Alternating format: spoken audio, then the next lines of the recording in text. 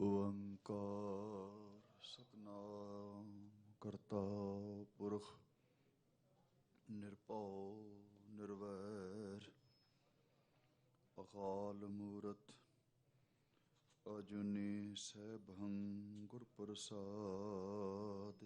ਜਪ ਆਦਿ ਸਚ ਜੁਗਾਦ ਸਚ ਹੈ ਭੀ ਸਚ ਨਾਨਕ ਹੋਸੀ ਭੀ ਸਚ। ਬਲਿਹਾਰੀ ਗੁਰ ਆਪਣੇ ਦਿਵਹਾੜੀ ਸਦਵਾਰ। ਜਿਨ ਮਾਨਸ ਤੇਰੇ ਦੇਵਤੇ ਕੀਏ ਕਰਤ ਨ ਲਾਗੀ ਵਾਰ। ਜੇ 100 ਚੰਦਾ ਉਗਵਹਿ ਸੂਰਜ ਚੜ੍ਹੇ ਹਜ਼ਾਰ। ਏਤੇ ਚਾਨਣ ਹੁੰਦਿਆਂ ਗੁਰ ਬਿਨ ਘੋਰ ਅੰਧਾਰ।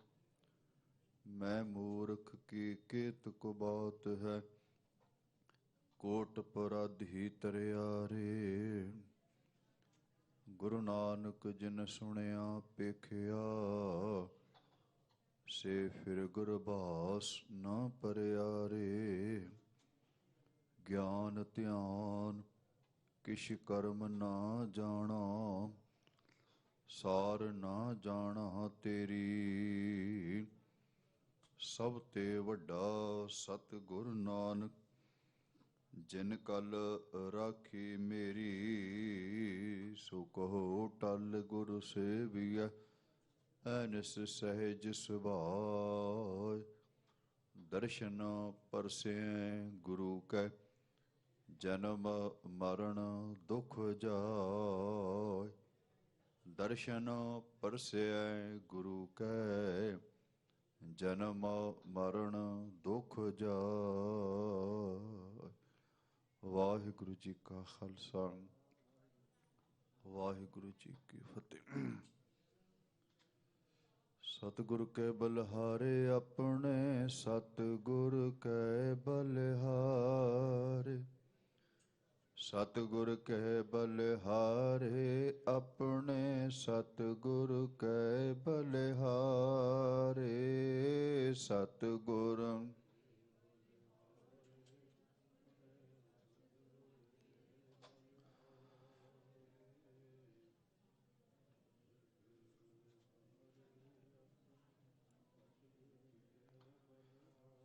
ਆਗੇ ਸੁਖ ਪਾਸ਼ੈ ਸੁਖ ਸਹਿਜਾ। ਆਗੇ ਸੁਖ ਪਾਸ਼ੈ ਸੁਖ ਸਹਿਜਾ।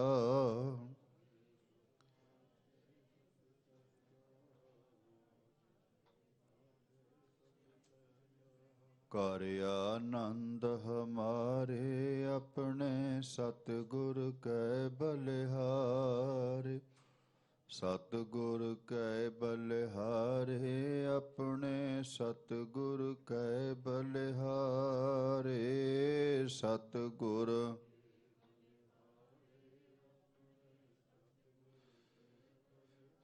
ਜੁਗ ਹੋ ਜੁਗ ਅਟਲ। ਧੰਨ ਧੰਨ ਸਾਹਿਬ ਸ੍ਰੀ ਗੁਰੂ ਗ੍ਰੰਥ ਸਾਹਿਬ ਮਹਾਰਾਜ ਜੀ ਦੀ ਪਾਵਨ ਹਜ਼ੂਰੀ ਅੰਦਰ ਜੁੜ ਬੈਠੀ ਅਤੀ ਸਤਿਕਾਰਯੋਗ ਸਾਧ ਸੰਗਤ ਜੀਓ। ਵੱਡਿਆਂ ਭਾਗਾਂ ਵਾਲੇ ਹੋ। ਹਫ਼ਤਾਵਾਰੀ ਦੀਵਾਨ ਉਸ ਵਿੱਚ ਆਪ ਜੀ ਅੰਮ੍ਰਿਤ ਵੇਲੇ ਤੋਂ ਲੈ ਕੇ ਸਤਿਗੁਰਾਂ ਦੀ ਪਾਵਨ ਗੋਦ ਵਿੱਚ ਜੁੜ ਬੈਠ ਕੇ ਅੰਮ੍ਰਿਤ ਬਾਣੀ ਦੇ ਸ਼ਬਦ ਕੀਰਤਨ ਸਰਵਣ ਕਰਕੇ ਆਪਣੇ ਇਸ ਮਨੁੱਖਾ ਜਨਮ ਨੂੰ ਸਫਲਾ ਕਰਨ ਦਾ ਉਪਰਾਲਾ ਉਦਮ ਕਰ ਰਹੇ ਹੋ। ਅੱਜ ਵੀ ਸਤਿਗੁਰਾਂ ਬਖਸ਼ਿਸ਼ ਕੀਤੀ ਸੁਭਾਗ ਸਮਾਂ ਗੁਰੂ ਦੀ ਮਿਹਰ ਸਦਕਾ ਸਤ ਸੰਗਤ ਵਿੱਚ ਜੁੜਨ ਦਾ ਨਸੀਬ ਹੋਇਆ। ਅੱਜ ਇਸ ਪਾਵਨ ਅਸਥਾਨ ਤੇ ਆਪ ਸੰਗਤਾਂ ਦੇ ਸਹਿਯੋਗ ਦੇ ਨਾਲ 2 ਪਵਿੱਤਰ ਦਿਹਾੜੇ ਮਨਾ ਰਹੇ ਨੇ।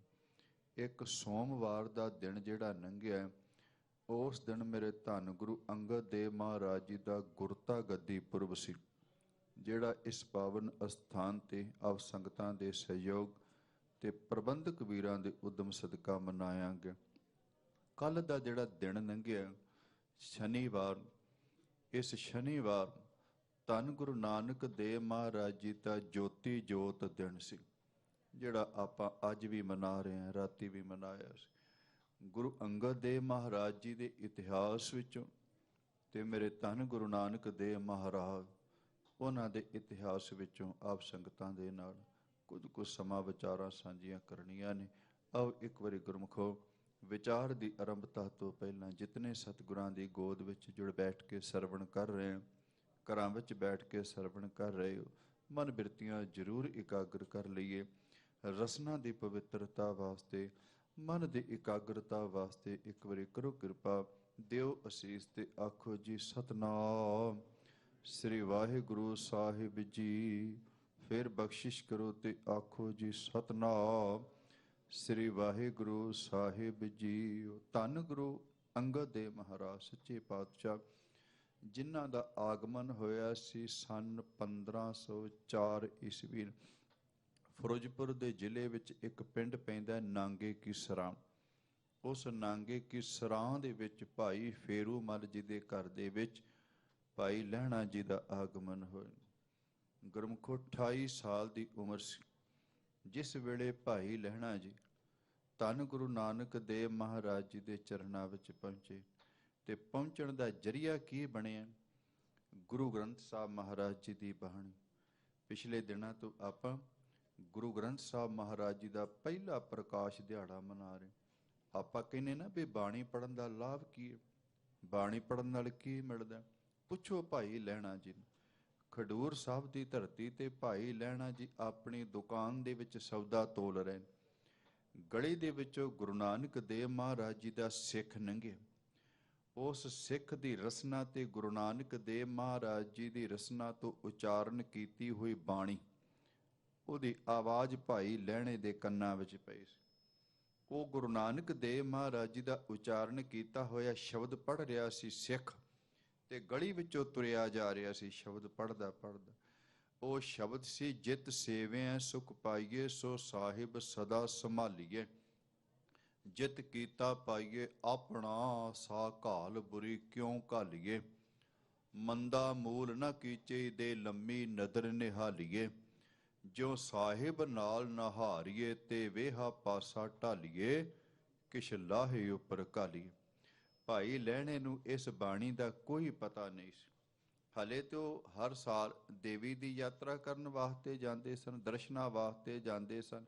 ਕੇਵਲ ਸਤਿਗੁਰਾਂ ਦੇ ਉਚਾਰਨ ਕੀਤੇ ਹੋਏ ਬੋਲ ਸਿੱਖ ਦੀ ਰਸਨਾ ਤੋਂ ਸੁਣੇ।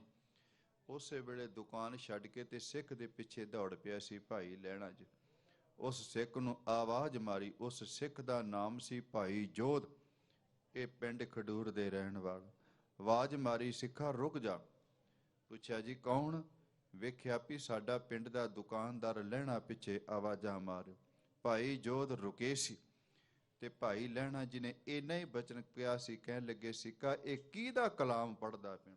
ਵੇਖੋ ਬਾਣੀ, ਜਿਹੜੀ ਬਾਣੀ ਨੂੰ ਤੁਸੀਂ ਮੱਥਾ ਟੇਕਦੇ ਹੋ ਨਾ, ਜਿਸ ਬਾਣੀ ਦੇ ਨਾਲ ਅਸੀਂ ਗੁਰੂ ਦੀ ਕਿਰਪਾ ਲੈਣੀ, ਜਿਸ ਬਾਣੀ ਨੂੰ ਪੜ੍ਹ ਕੇ ਪ੍ਰਮਾਤਮਾ ਦੇ ਘਰ ਤੱਕ ਸਾਡੀ ਪਹੁੰਚ, ਇਸ ਬਾਣੀ ਦੇ ਭਾਵੇਂ ਅਰਥ ਨਾ ਵੀ ਪਤਾ ਹੋਣ ਤਾਂ ਵੀ ਸਾਡੇ ਅੰਦਰ ਧੂਪ ਆਉਂਦੀ, ਸਾਨੂੰ ਗੁਰੂ ਤੱਕ ਪਹੁੰਚਾ ਦਿੰਦੀ ਹੈ ਬਾਣੀ। ਬਸ ਭਾਈ ਲਹਿਣੇ ਨੇ ਇਹ ਪੁੱਛਿਆ ਸੀ। ਕਹਿਣ ਲੱਗੇ, ਜੋਧ ਇਹ ਕਿਹਦਾ ਕਲਾਮ ਪੜ੍ਹਦਾ ਪਿਆ? ਤੇ ਭਾਈ ਜੋਧ ਨੇ ਇਹਨੇ ਕਿਹਾ ਸੀ। ਕਹਿਣ ਲੱਗੇ, ਮੇਰੇ ਗੁਰੂ ਦਾ ਕਲਾਮ। ਪੁੱਛਿਆ ਜੀ ਕੌਣ ਹੈ ਤੇਰਾ ਗੁਰੂ? ਕਹਿਣ ਲੱਗੇ, ਧੰਨ ਗੁਰੂ ਨਾਨਕ ਦੇਵ ਮਾਂ। ਪੁੱਛਿਆ ਕਿੱਥੇ ਨੇ? ਕਹਿਣ ਲੱਗੇ, ਕਰਤਾਰਪੁਰ ਸਾਹਿਬ ਦੀ ਧਰਤੀ ਤੇ ਬਿਰਾਜਮਾਨ। ਉਸੇ ਵੇਲੇ ਇੰਨਾ ਪ੍ਰਭਾਵਿਤ ਹੋਇਆ ਭਾਈ ਲਹਿਣਾ। ਕਹਿਣ ਲੱਗੇ, ਜਿਸ ਗੁਰੂ ਦੇ ਬੋਲਾਂ ਵਿੱਚ ਇੰਨੀ ਕਸ਼ਿਸ਼ ਹੈ, ਜੇ ਕਿਤੇ ਉਸ ਗੁਰੂ ਦੇ ਦਰਸ਼ਨ ਹੋ ਜਾਣ ਤੇ ਪਤਾ ਨਹੀਂ ਮੇਰਾ ਜੀਵਨ ਹੀ ਨਾ ਬਦਲ ਕੇ ਰੱਖ ਦੇ। ਇੱਕ ਸ਼ਬਦ ਸੁਣਿਆ ਸੀ ਤੇ ਭਾਈ ਲਹਿਣਾ ਜੀ ਕਰਤਾਰਪੁਰ ਸਾਹਿਬ ਵੱਲ ਤੁਰੇ ਪਏ ਸਨ। ਅੱਜ ਜਦੋਂ ਹਰ ਸਾਲ ਉਹ ਅਗਵਾਈ ਕਰਦੇ ਸਨ, ਜਥੇਦਾਰ ਸਨ ਜਿਹੜੇ ਜਵਾਲਾ ਦੇਵੀ ਦੇ ਦਰਸ਼ਨ ਕਰਨ ਜਾਂਦੇ ਸਨ, ਉਸ ਇਕੱਠ ਦੀ ਅਗਵਾਈ ਕਰਦੇ ਸਨ। ਅੱਜ ਜਿਸ ਵੇਲੇ ਖਡੂਰ ਤੋਂ ਤੁਰੇ ਨੇ ਤੇ ਪਹੁੰਚ ਗਏ ਨੇ ਉਸ ਅਸਥਾਨ ਤੇ, ਕਰਤਾਰਪੁਰ ਸਾਹਿਬ ਦੇ ਬਾਰ-ਬਾਰ ਡੇਰਾ ਕੀਤਾ। ਰਾਤ ਭੇਟਾ ਗਾ ਕੇ ਸੁੱਤੇ ਨੇ। ਮੈਂ ਇਸ ਕਰਕੇ ਗੁਰੂ ਦੇ ਇਤਿਹਾਸ ਵਿੱਚੋਂ ਵਿਚਾਰ ਸਾਂਝੀ ਕਰਨ ਲੱਗਾ, ਕਿਉਂਕਿ ਇਸੇ ਹਫ਼ਤੇ, ਇਸੇ ਵੀਕ ਗੁਰੂ ਅੰਗਦ ਦੇਵ ਮਹਾਰਾਜ ਜੀ ਦਾ ਗੁਰਤਾ ਗੱਦੀ ਪੁਰਬ ਆਪਾਂ ਨੇ ਮਨਾਇਆ ਤੇ ਧੰਨ ਗੁਰੂ ਨਾਨਕ ਦੇਵ ਮਹਾਰਾਜ ਜੀ ਦਾ ਜੋਤੀ ਜੋਤ ਦਿਵਸ ਅੱਜ ਮਨਾ ਰਹੇ। ਦੋਨਾਂ ਦੇ ਇਤਿਹਾਸ ਵਿੱਚੋਂ, ਸਤਿਗੁਰਾਂ ਦੇ ਇਤਿਹਾਸ ਵਿੱਚ ਕੁਝ ਆਪਾਂ ਸਿੱਖਿਆ ਲੈਣੀ ਹੈ। ਜਦੋਂ ਕਰਤਾਰਪੁਰ ਸਾਹਿਬ ਦੇ ਬਾਰ-ਬਾਰ ਡੇਰਾ ਕੀਤਾ, ਰਾਤ ਭੇਟਾ ਗਾ ਕੇ ਸੁੱਤੇ ਨੇ ਭਾਈ ਲਹਿਣਾ ਜੀ। ਉਹਨਾਂ ਦੇ ਸੰਗ ਸਾਥੀ ਸਾਰੇ ਸੌਂ ਗਏ। ਅੰਮ੍ਰਿਤ ਵੇਲਾ ਹੋਇਆ, ਉੱਠੇ ਭਾਈ ਜੋਧ ਦੀ ਰਸਨਾ ਤੋਂ ਸੁਣੇ ਹੋਏ ਬੋਲ ਅੰਦਰ ਗੂੰਜ ਰਹਿ। ਮਹਾਰਾਜ ਜੀ ਦੇ ਬੋਲ ਚੇਤੇ ਆਏ ਤੇ ਸਿੱਖ ਨੇ ਕਹਿ ਦਿੱਤਾ ਸੀ, ਮੇਰਾ ਗੁਰੂ ਕਰਤਾਰਪੁਰ ਸਾਹਿਬ ਅੰਮ੍ਰਿਤ ਵੇਲੇ ਉੱਠੇ ਨੇ ਭਾਈ ਲਹਿਣਾ ਜੀ। ਆਪਣੇ ਸੰਗੀ ਸਾਥੀਆਂ ਨੂੰ ਕਹਿਣ ਲੱਗੇ, ਤੁਸੀਂ ਕੁਝ ਸਮਾਂ ਟਿਕੋ ਜਾਂ ਅੱਗੇ ਤੁਰੋ। ਇਸ ਕਰਤਾਰਪੁਰ ਸਾਹਿਬ ਦੀ ਧਰਤੀ ਤੇ ਇੱਕ ਭਾਰੀ ਪੁਰਖ ਰਹਿੰਦਾ, ਮੈਂ ਉਹਦੇ ਦਰਸ਼ਨ ਕਰਕੇ ਤੇ ਹੁਣੇ ਹੀ ਆਇਆ। ਗੁਰਮੁਖੋ, ਉਧਰੋਂ ਭਾਈ ਲਹਿਣਾ ਜੀ ਘੋੜੀ ਤੇ ਸਵਾਰ ਹੋ ਕੇ ਪਿੰਡ ਕਰਤਾਰਪੁਰ ਸਾਹਿਬ ਵੱਲ ਤੁਰ ਪਏ ਨੇ, ਜਿਹੜਾ ਪਾਕਿਸਤਾਨ ਦੇ ਵਿੱਚ ਅੱਜ ਆਪਾਂ ਵੇਖ, ਜਿਹਦੇ ਪਿਛਲੇ ਸਾਲ ਖੁੱਲੇ ਦਰਸ਼ਨ ਦਿਦਾਰੇ ਸਿੱਖਾਂ ਦੀਆਂ ਅਰਦਾਸਾਂ। ਮਸਕੀਨ ਸਾਹਿਬ ਕਹਿੰਦੇ ਨੇ, ਸਿੱਖਾਂ ਜਿਹੜੀ ਰੋਜ਼ ਅਰਦਾਸ ਕਰਦਾ ਹੈ ਨਾ, ਇਹ ਕਦੀ ਵਿਅਰਥ ਨਹੀਂ ਜਾਏਗੀ। ਤੇ ਕਿਹੜੀ ਅਰਦਾਸ ਹੈ? ਸਿੱਖਾਂ ਦਾ ਮਹਾਰਾਜ ਜੀ ਕਹਿੰਦੇ ਨੇ, ਗੁਰਦੁਆਰਿਆਂ ਦੇ ਦਰਸ਼ਨ ਦਿਦਾਰ ਦੀ ਦਾਤ, ਗੁਰਦੁਆਰਿਆਂ ਦੀ ਸੇਵਾ ਸੰਭਾਲ ਦਾ ਦਾਨ ਖਾਲਸਾ ਦੀ ਝੋਲੀ ਵਿੱਚ ਪਾ ਦਿਓ। ਅਰਦਾਸਾਂ ਸੁਣੀਆਂ ਜਾਂਦੀਆਂ। ਲੰਬੇਰੇ ਸਮੇਂ ਬਾਅਦ ਉਹ ਅਰਦਾਸ ਸੁਣੀ ਗਈ। ਉਸ ਅਸਥਾਨ ਦੇ ਖੁੱਲੇ ਦਰਸ਼ਨ ਦਿਦਾਰੇ ਕਰਨ ਦਾ ਆਪ ਸੰਗਤਾਂ ਨੂੰ ਸੁਭਾਗ ਸਮਾਂ ਪ੍ਰਾਪਤ ਹੋਇਆ। ਉਧਰੋਂ ਭਾਈ ਲਹਿਣਾ ਜੀ ਕਰਤਾਰਪੁਰ ਸਾਹਿਬ ਵੱਲ ਤੁਰ ਪਏ ਨੇ ਘੋੜੀ ਤੇ ਸਵਾਰ ਹੋ ਕੇ। ਉਧਰੋਂ ਧੰਨ ਗੁਰੂ ਨਾਨਕ ਦੇਵ ਮਹਾਰਾਜ ਜੀ ਅੰਮ੍ਰਿਤ ਵੇਲੇ ਕੀਰਤਨ ਦੀ ਸਮਾਪਤੀ ਹੋਈ ਤੇ ਧਰਮਸ਼ਾਲਾ ਵਿੱਚ ਉੱਠੇ ਨੇ ਤੇ ਪਿੰਡ ਦੇ ਬਾਹਰ ਤੁਰ ਪਏ। ਸਿੱਖਾਂ ਨੇ ਇਹ ਪੁੱਛਿਆ ਸੀ, ਮਹਾਰਾਜ ਆ ਅੰਮ੍ਰਿਤ ਵੇਲੇ ਕਿਸ ਪਾਸੇ ਤੁਰ ਪਏ ਹੋ? ਤੇ ਮੇਰੇ ਸਤਿਗੁਰਾਂ ਨੇ ਇਹ ਕਿਹਾ ਸੀ, ਕਹਿਣ ਲੱਗੇ, ਮੇਰੇ ਰਾਜ ਦਾ ਧਣੀ ਆ ਰਿਹਾ, ਉਹਨੂੰ ਜੀ ਆਇਆਂ ਆਖਣ ਚੱਲੇ। ਪੁੱਛਿਆ ਜੀ ਕੌਣ? ਕਹਿਣ ਲੱਗੇ, ਭਾਰੀ ਪੁਰਖ ਆ ਰਿਹਾ। ਰਸਤੇ ਦੇ ਵਿੱਚ ਗੁਰੂ ਨਾਨਕ ਦੇਵ ਮਹਾਰਾਜ ਤੇ ਭਾਈ ਲਹਿਣਾ ਜੀ ਦੀ ਮਿਲਣੀ ਹੋਈ। ਭਾਈ ਲਹਿਣਾ ਜੀ ਨੇ ਇੰਨੇ ਹੀ ਬਚਨ ਕਹੇ ਸੀ, ਕਹਿਣ ਲੱਗੇ, ਬਾਬਾ ਮੈਂ ਗੁਰੂ ਨਾਨਕ ਦੇ ਘਰ ਦੇ ਵਿੱਚ ਜਾਣਾ ਹੈ, ਜੇ ਤੈਨੂੰ ਬਾਬੇ ਨਾਨਕ ਦੇ ਘਰ ਦਾ ਪਤਾ ਤੇ ਮੈਨੂੰ ਉਹਦੇ ਘਰ ਤੱਕ ਪਹੁੰਚਾ ਆ। ਤੇ ਮਹਾਰਾਜ ਜੀ ਨੇ ਬਚਨ ਕਹੇ ਸੀ, ਕਹਿਣ ਲੱਗੇ, ਸਜਣਾ ਰਸਤਾ ਬੜਿਆਂ ਨੂੰ ਦੱਸੇ ਪਰ ਪਹੁੰਚਿਆ ਕੋਈ ਨਹੀਂ ਹੋ। ਆਪਣੀ ਘੋੜੀ ਦੀਆਂ ਵਾਗਾਂ ਫੜਾ ਖਾਂ, ਮੈਂ ਤੈਨੂੰ ਗੁਰੂ ਨਾਨਕ ਦੇ ਘਰ ਤੱਕ ਕਿਉਂ ਨਾ ਪਹੁੰਚਾਵਾਂ। ਮੇਰੇ ਸਤਿਗੁਰੂ ਆਪ ਅੱਗੇ ਅੱਗੇ ਪੈਦਲ, ਭਾਈ ਲਹਿਣਾ ਜੀ ਘੋੜੀ ਤੇ ਸਵਾਰ। ਮਹਾਰਾਜ ਜੀ ਕਹਿਣ ਲੱਗੇ, ਸਜਣਾ ਆ ਕਰਤਾਰਪੁਰ ਆ ਗਏ, ਆ ਬਾਬੇ ਨਾਨਕ ਦੀ ਧਰਮਸ਼ਾਲਾ ਹੀ, ਐਸ ਦਰਖਤ ਦੇ ਨਾਲ ਘੋੜੀ ਬੰਨ, ਹੱਥ ਪੈਰ ਧੋ, ਉੱਥੇ ਤੇਰਾ ਬਾਬਾ ਬੈਠਾ, ਜਾ ਕੇ ਦਰਸ਼ਨ ਕਰ। ਭਾਈ ਲਹਿਣਾ ਜੀ ਘੋੜੀ ਤੋਂ ਥੱਲੇ ਉਤਰੇ ਨੇ, ਬੰਨਿਆ ਘੋੜੀ ਨੂੰ, ਹੱਥ ਪੈਰ ਧੋਤੇ ਨੇ, ਧਰਮਸ਼ਾਲਾ ਵਿੱਚ ਪ੍ਰਵੇਸ਼ ਕੀਤਾ। ਕੀ ਵੇਖਦਾ ਹੈ? ਜਿਹੜੇ ਬਾਬੇ ਨੇ ਇਹਦੀ ਘੋੜੀ ਦੀਆਂ ਲੁਗਾਮਾਂ ਫੜੀਆਂ ਸਨ, ਪੈਦਲ ਚੱਲ ਕੇ ਆ ਰਹੇ ਸਨ, ਮੇਰਾ ਉਹੀ ਦੀਨ ਦੁਨੀਆ ਦਾ ਮਾਲਕ ਸੱਚੇ ਪਾਤਸ਼ਾਹ ਧਰਮਸ਼ਾਲਾ ਦੇ ਵਿੱਚ ਬਿਰਾਜਮਾਨ। ਭਾਈ ਲਹਿਣੇ ਨੇ ਵੇਖਿਆ, ਜਾ ਕੇ ਮਹਾਰਾਜ ਜੀ ਦੇ ਚਰਨਾਂ ਤੇ ਡਿੱਗ ਪਿਆ, ਰੋ ਕੇ ਮਹਾਰਾਜ ਜੀ ਦੇ ਚਰਨ ਆਪਣੀਆਂ ਅੱਖਾਂ ਦੇ ਜਲ ਨਾਲ ਧੋ ਦਿੱਤੇ। ਕਹਿਣ ਲੱਗੇ, ਮਹਾਰਾਜ ਬਹੁਤ ਵੱਡੀ ਭੁੱਲ ਹੋ ਗਈ, ਬਖਸ਼ ਦਿਓ। ਤੇ ਮਹਾਰਾਜ ਜੀ ਨੇ ਮੋਢਿਆਂ ਤੋਂ ਫੜ ਕੇ ਠਾਇਆ। ਕਹਿਣ ਲੱਗੇ, ਸਜਣਾ ਕਾਹਦੀ ਭੁੱਲ ਹੋ ਗਈ, ਕਿਉਂ ਵਿਰਾਗ ਕਰਦਾ ਪਿਆ? ਕਹਿਣ ਲੱਗਾ, ਮਹਾਰਾਜ ਜੀ ਇਸ ਤੋਂ ਵੱਡੀ ਭੁੱਲ ਹੋਰ ਕਿਹੜੀ ਹੋ ਸਕਦੀ? ਆਇਆ ਸਾ ਤੁਹਾਡੀ ਰਹਿਮਤ ਲੈਣ ਵਾਸਤੇ, ਆਇਆ ਸਾ ਬਖਸ਼ਿਸ਼ ਲੈਣ ਵਾਸਤੇ, ਪਹਿਲੇ ਦਿਨ ਹੀ ਘੋਰ ਬੇਅਦਬੀ। ਪੁੱਛਿਆ ਜੀ ਕਾਹਦੀ? ਕਹਿਣ ਲੱਗੇ, ਤੁਸੀਂ ਪੈਦਲ, ਮੈਂ ਘੋੜੀ ਤੇ ਚੜ੍ਹ ਕੇ ਸਵਾਰ ਹੋ ਕੇ ਆਇਆ, ਇਸ ਤੋਂ ਵੱਡੀ ਬੇਅਦਬੀ ਕੀ?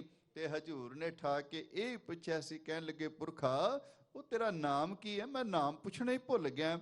ਕਹਿਣ ਲੱਗਾ, ਸਜਣਾ ਪਹਿਲਾਂ ਤੇ ਭੁੱਲ ਕੀਤੀ, ਹੁਣ ਦੂਸਰੀ ਭੁੱਲ ਨਾ ਕਰੀ। ਬਾਬਾ ਨਾਨਕ ਜੀ ਨਾਮ ਪੁੱਛਦੇ ਪਏ ਨੇ। ਹੱਥ ਜੋੜ ਕੇ ਕਹਿਣ ਲੱਗਾ, ਮਹਾਰਾਜ ਮਾਤਾ ਪਿਤਾ ਨੇ ਲਹਿਣਾ ਨਾਂ ਰੱਖਿਆ। ਜਦੋਂ ਨਾਂ ਸੁਣਿਆ ਨਾ ਤੇ ਮਹਾਰਾਜ ਹੱਥ ਤੇ ਹੱਥ ਮਾਰ ਕੇ ਹੱਸੇ। ਕਹਿਣ ਲੱਗੇ, ਛੱਡ ਓਏ ਲਹਿਣਿਆ, ਐਵੇਂ ਵਿਰਾਗ ਕਰੀ ਜਾਣਾ। ਕਹਿਣ ਲੱਗੇ, ਕਾਹਦਾ ਵਿਰਾਗ? ਤੈਨੂੰ ਪਤਾ ਹੈ ਲੈਣ ਵਾਲੇ ਘੋੜਿਆਂ ਤੇ ਆਉਂਦੇ ਨੇ, ਦੇਣ ਵਾਲੇ ਪੈਦਲ ਹੀ ਚੱਲ ਕੇ ਆਉਂਦੇ। ਛੱਡ ਵਿਰਾਗ। ਬਸ ਆਹ ਬਚਨ ਕਹਿ ਸੀ ਗੁਰਮਖੋ। ਭਾਈ ਲਹਿਣਾ ਜੀ ਸਦਾ ਵਾਸਤੇ ਗੁਰੂ ਨਾਨਕ ਦੇਵ ਮਹਾਰਾਜ ਜੀ ਦੇ ਚਰਨਾਂ ਵਿੱਚ ਟਿਕ ਗਿਆ। ਸਨ 1532 ਦੇ ਵਿੱਚ ਭਾਈ ਲਹਿਣਾ ਜੀ ਮਹਾਰਾਜ ਜੀ ਦੇ ਚਰਨਾਂ ਵਿੱਚ ਕਰਤਾਰਪੁਰ ਸਾਹਿਬ ਪਹੁੰਚੇ ਨੇ ਤੇ ਸਨ 1539 ਲਗਾਤਾਰ 7 ਸਾਲ ਭਾਈ ਲਹਿਣੇ ਨੇ ਮੇਰੇ ਧੰਨ ਗੁਰੂ ਨਾਨਕ ਦੇਵ ਜੀ ਦੇ ਘਰ ਦੇ ਵਿੱਚ ਦਿਨ ਰਾਤ ਇੱਕ ਕਰਕੇ ਸੇਵਾ ਕੀਤੀ। ਹਜ਼ੂਰ ਦਾ ਹੁਕਮ ਮੰਨਿਆ। ਸਨ 1539 ਆਇਆ। ਅੱਜ ਮੇਰੇ ਧੰਨ ਗੁਰੂ ਨਾਨਕ ਦੇਵ ਮਹਾਰਾਜ ਜੀ ਨੇ ਇਸ ਭਾਈ ਲਹਿਣੇ ਦੀ ਸੇਵਾ ਤੇ ਖੁਸ਼ ਹੋ ਕੇ, ਇਹਦੀ ਸੇਵਾਦਾਰੀ ਤੇ ਖੁਸ਼ ਹੋ ਕੇ ਅੱਜ ਆਪਣੇ ਤਖਤ ਤੇ ਬਿਰਾਜਮਾਨ ਕਰਕੇ ਇਸ ਭਾਈ ਲਹਿਣੇ ਦੇ ਸੇਵਾਦਾਰ ਦੇ ਚਰਨਾਂ ਵਿੱਚ ਆਪਣਾ ਸੀਸ ਰੱਖ ਦਿੱਤਾ ਤੇ ਬਚਨ ਕਹਿ ਦਿੱਤੇ ਸੀ, ਸਿੱਖਾ ਤੇਰੀ ਸੇਵਾ ਪ੍ਰਵਾਨ, ਹੁਣ ਤੂੰ ਲਹਿਣਾ ਨਹੀਂ ਗੁਰੂ ਦੇ ਅੰਗ ਲਾ ਕੇ ਅੰਗਦ ਬਣ ਗਿਆ ਹੈ। ਕਹਿਣ ਲੱਗੇ, ਜਾ ਤੇਰੇ ਤੇ ਬਖਸ਼ਿਸ਼ ਕੀਤੀ, ਅੱਜ ਤੋਂ ਲੋਕ ਤੇਰੇ ਚਰਨਾਂ ਵਿੱਚ ਝੁਕਿਆ ਕਰਨਗੇ। ਇਹ ਸੀ ਮੇਰੇ ਧੰਨ ਗੁਰੂ ਨਾਨਕ ਦੇਵ ਮਹਾਰਾਜ ਜੀ ਦੀ ਬਖਸ਼ਿਸ਼ ਜੋ ਭਾਈ ਲਹਿਣੇ ਤੇ ਵਾਪਰੀ। ਉਹਨਾਂ ਨੂੰ ਗੁਰੂ ਅੰਗਦ ਬਣਾ ਕੇ ਖਡੂਰ ਸਾਹਿਬ ਦੀ ਧਰਤੀ ਵੱਲ ਤੋਰਿਆ ਤੇ ਮੇਰੇ ਧੰਨ ਗੁਰੂ ਅੰਗਦ ਦੇਵ ਮਹਾਰਾਜ ਜੀ ਨੇ 63 ਸ਼ਲੋਕ ਉਚਾਰਨ ਕੀਤੇ, ਜਿਹੜੇ ਗੁਰੂ ਗ੍ਰੰਥ ਸਾਹਿਬ ਮਹਾਰਾਜ ਜੀ ਦੀ ਬਾਣੀ ਵਿੱਚ ਪੜ੍ਹਦੇ ਹਾਂ, ਜਿਨ੍ਹਾਂ ਦੇ ਵਿੱਚ ਆਪਾਂ ਬਚਨ ਪੜ੍ਹਦੇ ਹਾਂ, ਨਾਨਕ ਚਿੰਤਾ ਮਤ ਕਰੋ ਚਿੰਤਾ ਤਿਸਹੀ ਹੈ, ਜਲ ਮੈਂ ਜੰਤੋ ਪਾਏ ਅਨ ਤਿਨਾ ਪੀਰੋਜੀ ਦੇ, ਉੱਥੇ ਹਟ ਨ ਚੱਲੇ ਨਾ ਕੋ ਕਿਰਸ ਕਰੇ, ਜੀਆਂ ਕਾ ਆਹਾਰ ਜੀਵ ਖਾਣਾ ਇਹੋ ਕਰੇ, ਵਿੱਚੋਂ ਪਾਏ ਸਾਇਰਾ ਤਿਨਾ ਪਿਸਾਰ ਕਰੇ, ਨਾਨਕ ਚਿੰਤਾ ਮਤ ਕਰੋ ਚਿੰਤਾ ਤਿਸਹੀ, ਜੇ ਸੋ ਚੰਦਾ ਉਗਮੈ ਸੂਰਜ ਚੜੇ ਹਜ਼ਾਰ, ਇਤੇ ਚਾਨਣ ਹੁੰਦਿਆਂ ਗੁਰਬਿਨ ਘੋਰ ਅੰਧਾਰ। ਇਹ ਧੰਨ ਗੁਰੂ ਅੰਗਦ ਦੇਵ ਮਹਾਰਾਜ ਜੀ ਦੇ 63 ਸ਼ਲੋਕ ਗੁਰੂ ਗ੍ਰੰਥ ਸਾਹਿਬ ਮਹਾਰਾਜ ਜੀ ਦੀ ਬਾਣੀ ਵਿੱਚ ਪੜ੍ਹਨ ਸੁਣਨ ਨੂੰ ਮਿਲਦੇ ਨੇ। ਗੁਰਮੁਖੋ ਗੁਰਤਾ ਗੱਦੀ ਦੇ ਕੇ ਮੇਰੇ ਧੰਨ ਗੁਰੂ ਨਾਨਕ ਦੇਵ ਮਹਾਰਾਜ ਜੀ ਕੁਝ ਕੁ ਸਮਾਂ ਸਰੀਰ ਕਰਕੇ ਇਸ ਕਰਤਾਰਪੁਰ ਸਾਹਿਬ ਦੀ ਧਰਤੀ ਤੇ ਕੁਝ ਸਮਾਂ ਵਿੱਚ ਰਹੇ ਨੇ ਤੇ ਅੱਜ ਦੇ ਦਿਨ ਭਾਵ 1539 ਨੂੰ ਜਿਹੜਾ ਆਪਾਂ ਕੱਲ ਦਾ ਦਿਹਾੜਾ ਮਨਾਇਆ, ਇਸ ਦਿਨ ਮਹਾਰਾਜ ਜੀ ਲਗਾਤਾਰ ਤਨ ਕਰਕੇ 70 ਸਾਲ ਇਸ ਸੰਸਾਰ ਦੇ ਵਿੱਚ ਆਏ, ਲੋਕਾਈ ਦਾ ਭਲਾ ਕਰਕੇ, ਤਨ ਕਰਕੇ ਪਰਮਾਤਮਾ ਦੇ ਵਿੱਚ ਸਦਾ ਵਾਸਤੇ ਅਭੇਦ ਹੋ ਗਏ। ਮੈਂ ਕੁਝ ਕੁ ਬਚਨ ਸਾਂਝੇ ਕਰਨੇ ਨੇ। ਗੁਰੂ ਗ੍ਰੰਥ ਸਾਹਿਬ ਮਹਾਰਾਜ ਜੀ ਦੀ ਬਾਣੀ ਦੇ ਵਿੱਚ ਸਤਿਗੁਰਾਂ ਨੇ ਗੁਰੂ ਬੜੇ ਬੜੇ ਕਮਾਲ ਦੇ ਬਚਨ ਕਹੇ। ਧੰਨ ਗੁਰੂ ਗ੍ਰੰਥ ਸਾਹਿਬ ਮਹਾਰਾਜ ਜੀ ਦੀ ਬਾਣੀ ਕਹਿੰਦੀ, ਜਿਸ ਸਿੱਖ ਨੇ ਗੁਰੂ ਨਾਨਕ ਦੇਵ ਮਹਾਰਾਜ ਜੀ ਦੇ ਦਰਸ਼ਨ ਕਰ ਲੈਣ, ਜਿਸ ਸਿੱਖ ਨੇ ਗੁਰੂ ਨਾਨਕ ਦੇਵ ਮਹਾਰਾਜ ਜੀ ਦੇ ਬੋਲ ਆਪਣੇ ਕੰਨਾਂ ਨਾਲ ਸੁਣ ਲਏ ਨੇ, ਉਹ 84 ਲੱਖ ਜੂਨਾਂ ਦੇ ਵਿੱਚ ਕਦੀ ਨਹੀਂ ਜਿਉਣਾ। ਉਹ ਇਸ ਸੰਸਾਰ ਦੇ ਵਿੱਚੋਂ ਨਿਰੰਕਾਰ ਦੇ ਘਰ ਤੱਕ ਪਹੁੰਚ ਜਾਂਦੇ। ਹਜੂਰ ਦੇ ਬੋਲ ਨੇ, ਮੈਂ ਮੂਰਖ ਕੀ ਕੇਤਕ ਬਾਤ ਹੈ, ਕੋਟ ਪਰਾਦੀ ਤਰਿਆ ਰੇ, ਗੁਰੂ ਨਾਨਕ ਜਨ ਸੁਣਿਆ ਪੇਖਿਆ ਸੇ ਫਿਰ ਗੁਰਬਾਸ ਨਾ ਪਰਿਆ ਰੇ। ਗੁਰੂ ਅਰਜਨ ਦੇਵ ਮਹਾਰਾਜ ਜੀ ਕਹਿੰਦੇ ਨੇ, ਗਿਆਨ ਧਿਆਨ ਕਿਛ ਕਰਮ ਨਾ ਜਾਣ, ਨਾ ਮੇਰੇ ਕੋਲ ਗਿਆਨ ਹੈ, ਨਾ ਮੇਰੇ ਕੋਲ ਧਿਆਨ ਹੈ, ਨਾ ਮੈਨੂੰ ਇਹ ਪਤਾ ਵੀ ਕਿਹੜੇ ਕਰਮ ਕਰਨ ਦੇ ਨਾਲ ਬਾਬਾ ਨਾਨਕ ਜੀ ਤੁਸੀਂ ਤਰੁੱਠਦੇ ਹੋ। ਮੈਨੂੰ ਤੇ ਇੰਨਾ ਕੁ ਪਤਾ ਹੈ ਵੀ ਜਿਹੜਾ ਤੁਹਾਡੇ ਚਰਨਾਂ ਵਿੱਚ ਢਹਿ ਪੈਂਦਾ ਹੈ, ਜਿਹਦੇ ਕੋਲ ਕੋਈ ਗਿਆਨ ਨਹੀਂ, ਜਿਹਦੇ ਕੋਲ ਕੋਈ ਧਿਆਨ ਨਹੀਂ, ਜਿਹਦੇ ਕੋਲ ਕੋਈ ਚੰਗਾ ਕਰਮ ਨਹੀਂ, ਹੈ ਬਾਬਾ ਨਾਨਕ ਜੀ ਜਿਹੜਾ ਤੇਰੇ ਚਰਨਾਂ ਵਿੱਚ ਡਿੱਗ ਪੈਂਦਾ ਹੈ, ਤੁਸੀਂ ਲੋਕ ਤੇ ਪਰਲੋਕ ਵਿੱਚ ਉਹਦੇ ਪਰਦੇ ਢੱਕ ਲੈਂਦੇ ਹੋ। ਗਿਆਨ ਧਿਆਨ ਕਿਛ ਕਰਮ ਨਾ ਜਾਣਾ, ਸਾਰ ਨਾ ਜਾਣਾ ਤੇਰੀ, ਸਭ ਤੇ ਵੱਡਾ ਸਤਿਗੁਰੂ ਨਾਨਕ ਜਿਨ ਕਲ ਰਾਖੀ ਮੇਰੀ। ਪਰ ਵੇਖੋ ਗੁਰਮੁਖੋ, ਐਸੀ ਵੀ ਲੋਕ ਨੇ, ਧੰਨ ਗੁਰੂ ਨਾਨਕ ਦੇਵ ਮਹਾਰਾਜ ਜੀ ਕਹਿੰਦੇ ਨੇ, ਸਭ ਤੋਂ ਵੱਡਾ ਮੇਰਾ ਸਤਿਗੁਰੂ ਗੁਰੂ ਨਾਨਕ ਦੇਵ ਮਹਾਰਾਜ ਜੀ ਨੇ। ਮਹਾਰਾਜ ਜੀ ਕਹਿੰਦੇ ਨੇ, ਗੁਰੂ ਦੇ ਦਰਸ਼ਨ ਕਰਨ ਵਾਲੇ ਦੇ ਗਰਭਾਸ ਵਿੱਚ ਨਹੀਂ ਆਉਂਦਾ, ਜਿਨੇ ਗੁਰੂ ਨਾਨਕ ਦੇ ਚਰਨਾਂ ਵਿੱਚ ਸਿਰ ਰੱਖ ਦਿੱਤਾ 84 ਦਾ ਗੇੜ ਕੱਟਿਆ ਜਾਂਦਾ ਹੈ। ਪਰ ਐਸੇ ਵੀ ਬੇਸਮਝ ਲੋਕ ਸਨ ਜਿਨ੍ਹਾਂ ਨੇ ਮੇਰੇ ਧੰਨ ਗੁਰੂ ਨਾਨਕ ਦੇਵ ਮਹਾਰਾਜ ਜੀ ਨੂੰ 3 ਨਾਂ ਦਿੱਤੇ ਸਨ। ਉਹਨਾਂ ਨੇ ਕੀ ਕਹਿ ਦਿੱਤਾ ਸੀ? ਉਹ ਕਹਿਣ ਲੱਗੇ, ਇਹਦੀ ਗੱਲ ਨਾ ਸੁਣਿਆ ਜੇ, ਇਹ ਤੇ ਭੂਤ ਨਾ ਹੈ, ਇਹ ਤੇ ਬੇਤਾਲਾ ਹੈ। ਬੇਤਾਲਾ ਦੇ ਅਰਥ ਨੇ ਜ਼ਿੰਦਗੀ ਦੇ ਰਾਜ ਤੋਂ ਖੁੰਝਿਆ ਹੋਇਆ। ਬੇਤਾਲਾ ਦੇ ਅਰਥ ਕਮਲਾ ਵੀ ਕੀਤਾ। ਤੇ ਮੇਰੇ ਧੰਨ ਗੁਰੂ ਨਾਨਕ ਦੇਵ ਮਹਾਰਾਜ ਜੀ ਨੂੰ ਕਿਸੇ ਨੇ ਭੂਤ ਨਾ ਆਖ ਦਿੱਤਾ, ਕਿਸੇ ਨੇ ਬੇਤਾਲਾ ਆਖ ਦਿੱਤਾ, ਕਿਸੇ ਨੇ ਕਹਿ ਦਿੱਤਾ ਵੀ ਆਮ ਆਦਮੀ ਵਿਚਾਰਾ ਇਹਨੂੰ ਸਮਝ ਕੋਈ ਨਹੀਂ। ਪਰ ਧੰਨ ਗੁਰੂ ਨਾਨਕ ਦੇਵ ਮਹਾਰਾਜ ਜੀ ਕਹਿਣ ਲੱਗੇ, ਸੱਜਣੋ ਬਿਲਕੁਲ ਤੁਸੀਂ ਸੱਚ ਕਹਿੰਦੇ ਜੇ। ਮੈਨੂੰ ਕਹਿੰਦੇ ਜੇ ਵੀ ਮੈਂ ਬੇਤਾਲਾ ਹੈ, ਮੈਂ ਬੌਰਾ ਹੈ। ਸੱਚ ਜਾਣਿਆ ਜੇ ਵਾਕਈ ਮੈਂ ਬੌਰਾ ਹੋ ਗਿਆ, ਪਰ ਦੁਨੀਆ ਵਾਲਿਆਂ ਵਰਗੂ ਬੌਰਾ ਨਹੀਂ, ਮੈਂ ਰੱਬ ਦੇ ਪ੍ਰੇਮ ਵਿੱਚ ਬੌਰਾ ਹੋ ਗਿਆ, ਰੱਬ ਦੇ ਪ੍ਰੇਮ ਵਿੱਚ ਝੱਲਾ ਹੋ ਗਿਆ। ਉਹ ਵੀ ਲੋਕ ਸਨ ਜਿਨ੍ਹਾਂ ਨੇ ਮਹਾਰਾਜ ਜੀ ਬਾਰੇ ਐਸੇ ਬਚਨ ਕਹੇ, ਕੋਈ ਆਖੇ ਭੂਤ ਨਾ, ਕੋ ਕਹੇ ਬੇਤਾਲਾ, ਕੋਈ ਆਖੇ ਆਦਮੀ ਨਾਨਕ ਵਿਚਾਰਾ। ਪਰ ਉਹਨਾਂ ਨੂੰ ਸਮਝ ਨਹੀਂ ਸੀ। ਲੋਕਾਂ ਨੂੰ ਕੀ ਪਤਾ ਸੀ ਵੀ ਬਾਬਾ ਨਾਨਕ ਜੀ ਤੇ ਧੰਨ ਗੁਰੂ ਨਾਨਕ ਦੇਵ ਮਹਾਰਾਜ ਪਰਮਾਤਮਾ ਦਾ ਸਾਖਸ਼ਾਤ ਰੂਪ ਨੇ। ਪੁੱਛੋ ਕਿਤੇ ਉਹਨਾਂ ਭੱਟ ਸਾਹਿਬਾਨਾਂ ਨੂੰ ਜਿਹੜੇ ਬ੍ਰਹਮ ਗਿਆਨੀ ਦੀ ਅਵਸਥਾ ਵਿੱਚ ਨੇ ਉਹ ਕਹਿਣ ਲੱਗੇ ਦੁਨੀਆ ਦੇ ਲੋਗੋ ਜੇ ਰੱਬ ਦੇ ਦਰਸ਼ਨ ਕਰਨੇ ਜੇ ਤੇ ਗੁਰੂ ਨਾਨਕ ਦੇਵ ਮਹਾਰਾਜ ਜੀ ਦੇ ਦਰਸ਼ਨ ਕਰਿਆ ਜੇ। ਪਰਮਾਤਮਾ ਨੇ ਹੀ ਆਪਣਾ ਸਾਖਸ਼ਾਤ ਰੂਪ ਧਾਰਨ ਕਰਕੇ ਇਸ ਕਰਤਾਰਪੁਰ ਸਾਹਿਬ ਦੀ ਧਰਤੀ ਤੇ ਆਉਣਾ ਕੀਤਾ। ਆਪ ਨਾਰਾਇਣ ਕਲਾ ਧਾਰ ਜਗ ਮੈਂ ਪਰਵਰਿਓ, ਜੋਤ ਰੂਪ ਹਰ ਆਪ ਗੁਰੂ ਨਾਨਕ ਕਹਾਇਓ। ਮੈਂ ਇੱਕ ਬੇਨਤੀ ਕਰਾਂ ਗੁਰਮੁਖੋ, ਇਹ ਤੇ ਗੁਰਬਾਣੀ ਵਿੱਚ ਵਡਿਆਈ ਕੀਤੀ ਨਾ ਮਹਾਰਾਜ ਜੀ।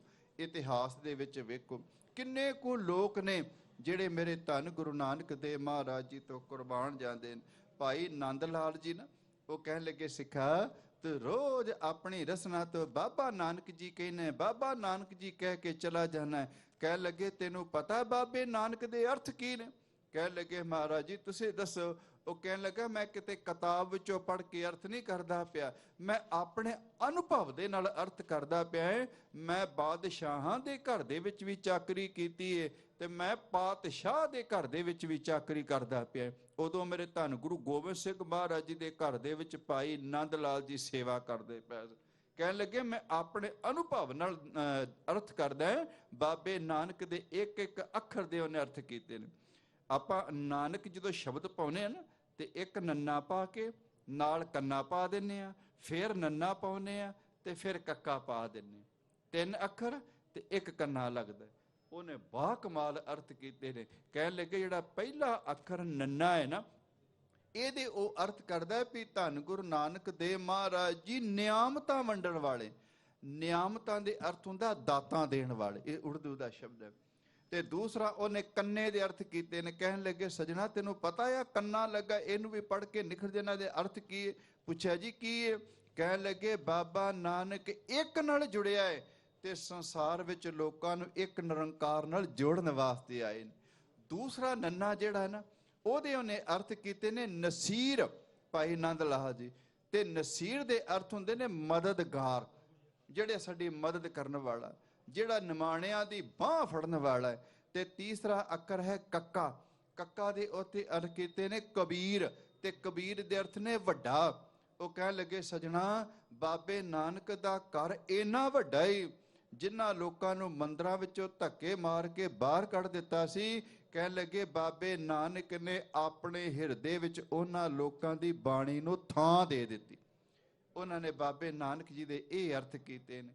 ਤੇ ਵਾਕਈ ਗੁਰਮੁਖੋ ਇਤਿਹਾਸ ਪੜ੍ਹੋ, ਨਿਆਮਤਾਂ ਵੰਡਣ ਵਾਸਤੇ ਆਏ ਨੇ। ਨਿਆਮਤਾਂ ਦੇ ਅਰਥ ਨੇ ਦਾਤਾਂ ਵੰਡਣ ਵਾਸਤੇ ਆਏ ਨੇ। ਕਿੰਨੀਆਂ ਕੁ ਦਾਤਾਂ ਸਿੱਖ ਦੀ ਝੋਲੀ ਵਿੱਚ ਮੇਰੇ ਧੰਨ ਗੁਰੂ ਨਾਨਕ ਦੇਵ ਮਹਾਰਾਜ ਜੀ ਨੇ ਪਾਈਆਂ ਨੇ, ਅਸੀਂ ਗਣ ਕੇ ਨਹੀਂ ਦੱਸ ਸਕਦੇ। ਅੱਜ ਸੰਸਾਰ ਦੇ ਵਿੱਚ ਕੋਈ ਐਸਾ ਨਹੀਂ ਜਿਹਦਾ ਸਿਰ ਗੁਰੂ ਨਾਨਕ ਦੇਵ ਮਹਾਰਾਜ ਜੀ ਦੇ ਚਰਨਾਂ ਵਿੱਚ ਨਾ ਝੁਕਦਾ ਹੋਵੇ। 2 ਇਤਿਹਾਸ ਵਿੱਚ ਸਜਣਾ ਨੇ ਬੜੀਆਂ ਸੋਹਣੀਆਂ ਉਦਾਹਰਨਾਂ ਦਿੱਤੀਆਂ ਨੇ। ਕੱਲਾ ਸਿੱਖ ਹੀ ਗੁਰੂ ਨਾਨਕ ਦੇਵ ਮਹਾਰਾਜ ਜੀ ਦੇ ਚਰਨਾਂ ਵਿੱਚ ਨਹੀਂ ਝੁਕਦਾ, ਮੁਸਲਮਾਨ ਵੀਰ, ਹਿੰਦੂ ਵੀਰ ਵੀ ਗੁਰੂ ਨਾਨਕ ਦੇਵ ਮਹਾਰਾਜ ਜੀ ਦੇ ਚਰਨਾਂ ਵਿੱਚ ਝੁਕਦੇ ਨੇ। ਦੁਬਈ ਦੇ ਵਿੱਚ ਨਾ ਇੱਕ ਵਾਰੀ ਸਿੱਖਾਂ ਨੇ ਗੁਰਦੁਆਰਾ ਬਣਾਉਣਾ ਸੀ ਤੇ ਗੁਰਦੁਆਰੇ ਵਾਸਤੇ ਕੁਝ ਥਾਂ ਹੈ ਸੀ ਉਹਨਾਂ ਸਿੱਖਾਂ ਦੇ ਕੋਲ, ਤੇ ਕੁਝ ਕੁ ਥਾਂ ਉਹਨਾਂ ਨੂੰ ਹੋਰ ਚਾਹੀਦੀ ਸੀ। ਤੇ ਜਿਹੜੀ ਨਾਲ ਲੱਗਦੀ ਜਗ੍ਹਾ ਸੀ ਨਾ ਉਹ ਕਿਸੇ ਬੜੇ ਵੱਡੇ ਸ਼ੇਖ ਦੀ ਜਗ੍ਹਾ ਸੀ ਤੇ ਉਸ ਜਗ੍ਹਾ ਦੀ ਕੀਮਤ ਬੜੀ ਸੀ। ਵੇਖੋ ਗੁਰੂ ਨਾਨਕ ਦੇਵ ਮਹਾਰਾਜ ਜੀ ਦੇ ਸ਼ਰਧਾਵਾਨ, ਉਹਨਾਂ ਤੋਂ ਅੱਜ ਵੀ ਲੋਕ ਸਦਕੇ ਜਾਂਦੇ ਨੇ। ਕੱਲਾ ਸਿੱਖ ਹੀ ਗੁਰੂ ਨਾਨਕ ਦਾ ਪੁਜਾਰੀ ਨਹੀਂ, ਕੱਲਾ ਸਿੱਖ ਹੀ ਗੁਰੂ ਨਾਨਕ ਦੇਵ ਮਹਾਰਾਜ ਜੀ ਦੇ ਚਰਨਾਂ ਵਿੱਚ ਨਹੀਂ ਝੁਕਦਾ। ਵੱਡੇ ਵੱਡੇ ਲੋਕ ਨੇ ਜਿਹੜੇ ਗੁਰੂ ਨਾਨਕ ਦੇਵ ਮਹਾਰਾਜ ਜੀ ਦੇ ਚਰਨਾਂ ਵਿੱਚ ਝੁਕ ਗਏ ਨੇ।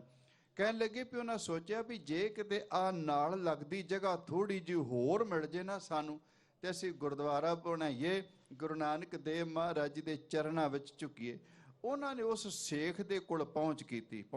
ਦੁਬਈ ਦੇ ਵਿੱਚ ਉਹ ਅਸਥਾਨ ਅੱਜ ਵੀ।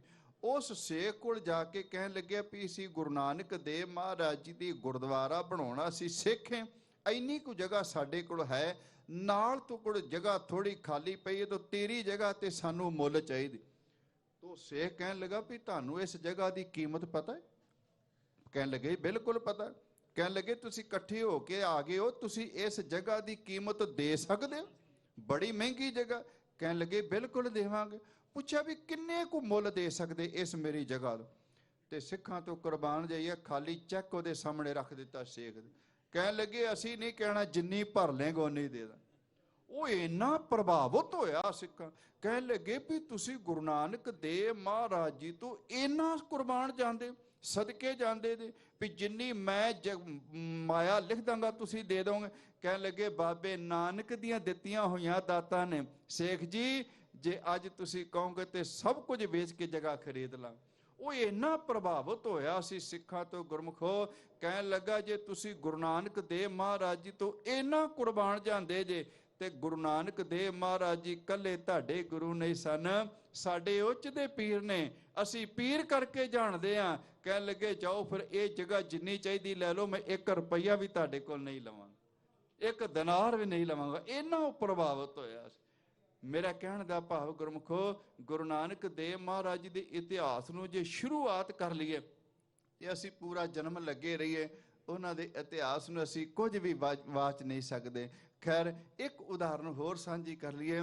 ਮੇਰੇ ਧੰਨ ਗੁਰੂ ਨਾਨਕ ਦੇਵ ਮਹਾਰਾਜ ਜੀ ਜਿਸ ਵੇਲੇ ਮੱਕੇ ਗਏ ਨੇ, ਉਸ ਮੱਕੇ ਦੇ ਪੁਜਾਰੀਆਂ ਨੇ, ਉੱਥੋਂ ਦੀ ਸੇਵਾ ਸੰਭਾਲ ਕਰਨ ਵਾਲੇ ਨੇ, ਕਾਜ਼ੀਆਂ ਨੇ ਗੁਰੂ ਨਾਨਕ ਦੇਵ ਮਹਾਰਾਜ ਜੀ ਨੂੰ ਲੱਤ ਵੀ ਮਾਰ ਦਿੱਤੀ।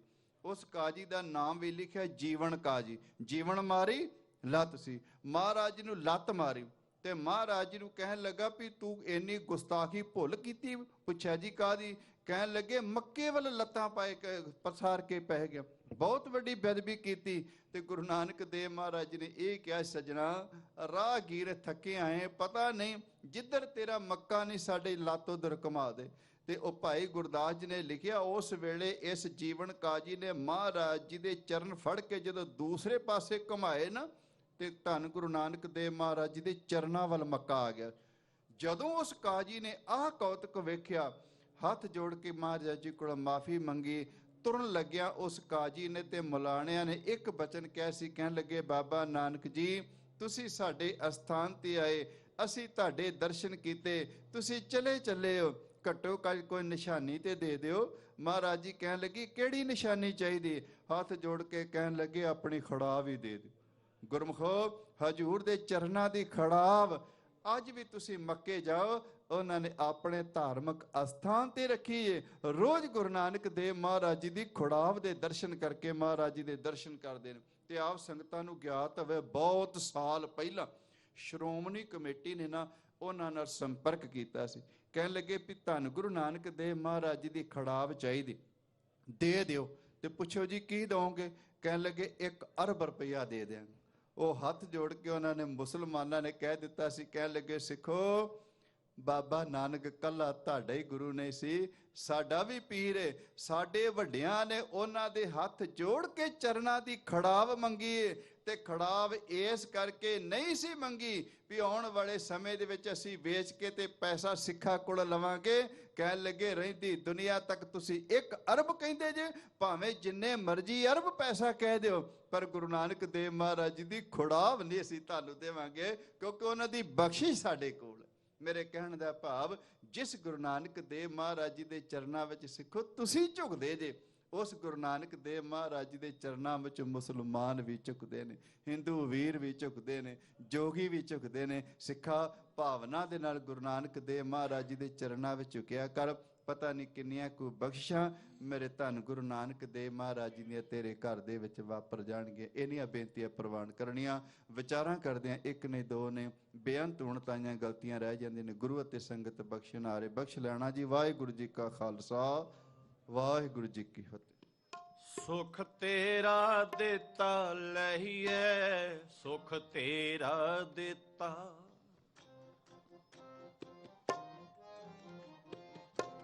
ਸੁਖ ਤੇਰਾ ਦਿੱਤਾ ਲਹੀਏ, ਸੁਖ ਤੇਰਾ ਦਿੱਤਾ,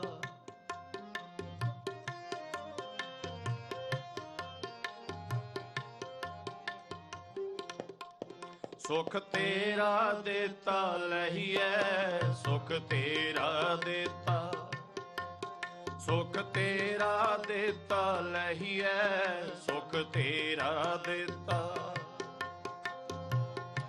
ਤੁਧ ਪਾਵੇ ਤਾਂ ਨਾਮ ਜਪਾਵੇ, ਤੁਧ ਪਾਵੇ ਤਾਂ ਨਾਮ ਜਪਾਵੇ, ਤੁਧ ਪਾਵੇ ਤਾਂ ਜਪਾਵੇ ਸੁਖ ਤੇਰਾ ਦਿੱਤਾ ਲਈਐ ਸੁਖ ਤੇਰਾ ਦਿੱਤਾ ਸੁਖ ਤੇਰਾ ਦਿੱਤਾ ਲਈਐ ਸੁਖ ਤੇਰਾ ਦਿੱਤਾ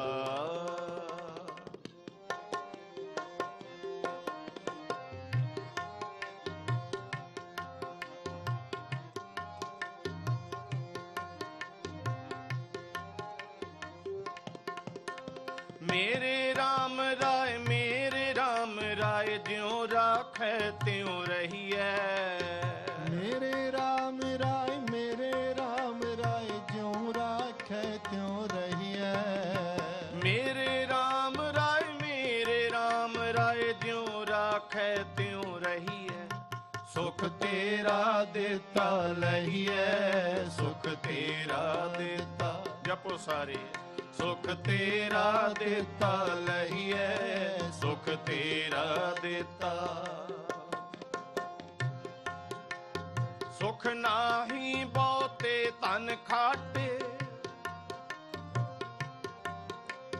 सुख नाही बहुते तन खाटे सुख नाही पेखे निरत नाटे सुख नाही बहु देश कमाए सर्ब सुखा हर हर गुण गाए सुख तेरा देता लहिए सुख तेरा देता सुख तेरा देता लहिए सुख तेरा देता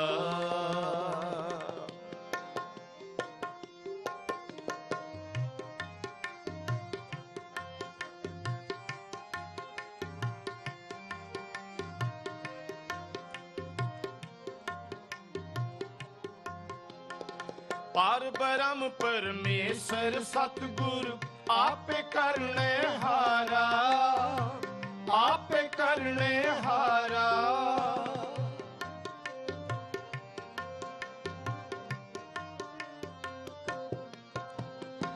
पार ब्रह्म परमेश्वर सतगुर आपे करने हारा आपे करने हारा चरण तूड़ तेरी सेवक मांग तेरे दर्शन को बलहारा तेरे दर्शन को बलहारा सुख तेरा देता लहिए सुख तेरा देता सुख तेरा देता लहिए सुख तेरा देता मेरे राम राय ज्यों राखै त्यों रहिए मेरे राम राय ज्यों राखै त्यों रहिए मेरे राम राय ज्यों राखै त्यों रहिए सुख तेरा देता लहिए सुख तेरा देता सुख तेरा देता लहिए सुख तेरा देता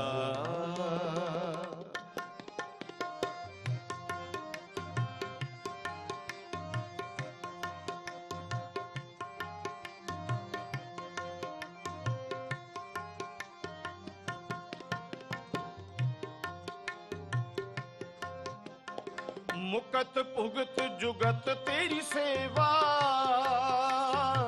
जिस तू आप कराए जिस तू आप कराए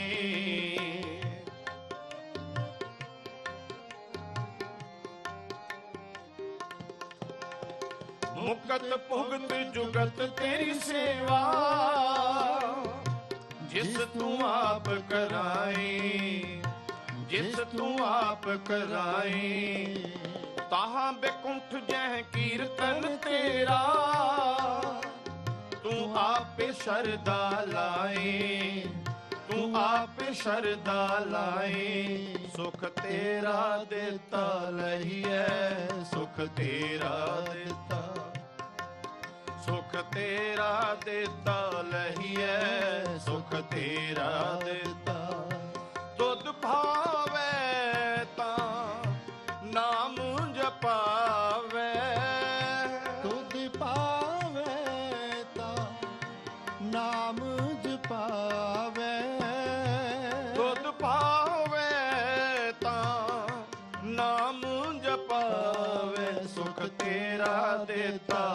ਲਹੀਐ ਸੁਖ ਤੇਰਾ ਦਿੱਤਾ ਸੁਖ ਤੇਰਾ ਦਿੱਤਾ ਲਹੀਐ ਸੁਖ ਤੇਰਾ ਦਿੱਤਾ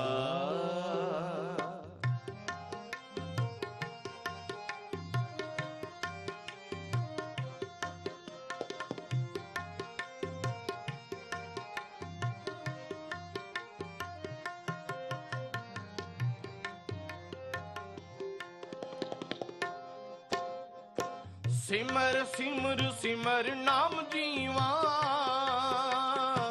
ਤਨ ਮਨ ਹੋਏ ਨਿਹਾਲਾ ਤਨ ਮਨ ਹੋਏ ਨਿਹਾਲਾ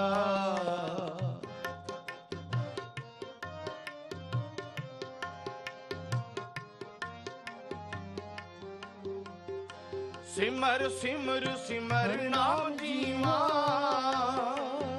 ਤਨ ਮਨ ਹੋਏ ਨਿਹਾਲਾ ਤਨ ਮਨ ਹੋਏ ਨਿਹਾਲਾ ਚਰਨ ਕਮਲ ਤੇਰੇ ਧੋਏ ਧੋਏ ਪੀਵਾ ਮੇਰੇ ਸਤਿਗੁਰ ਦੀਨ ਦਿਆਲਾ ਸਤਿਗੁਰ ਦੀਨ ਦਿਆਲਾ ਚਰਨ ਕਮਲ ਤੇਰੇ ਧੋਏ ਧੋਏ ਪੀਵਾ ਮੇਰੇ ਸਤਿਗੁਰ ਦੀਨ ਦਿਆਲਾ ਮੇਰੇ ਸਤਿਗੁਰ ਦੀਨ ਦਿਆਲਾ ਸੁਖ ਤੇਰਾ ਦਿੱਤਾ ਲਈਐ ਸੁਖ ਤੇਰਾ ਦਿੱਤਾ ਸੁਖ ਤੇਰਾ ਦਿੱਤਾ ਲਈਐ ਸੁਖ ਤੇਰਾ ਦਿੱਤਾ ਤੁਧ ਭਾਵੇ ਤਾਂ ਨਾਮ ਜਪਾਵੇ ਤੁਧ ਪਾਵੇ ਤਾਂ ਨਾਮ ਜਪਾਵੇ ਤੁਧ ਪਾਵੇ ਤਾਂ ਨਾਮ ਜਪਾਵੇ ਸੁਖ ਤੇਰਾ ਦਿੱਤਾ ਲਹੀਐ ਸੁਖ ਤੇਰਾ ਦਿੱਤਾ ਸੁਖ ਤੇਰਾ ਦਿੱਤਾ ਲਹੀਐ ਸੁਖ ਤੇਰਾ ਦਿੱਤਾ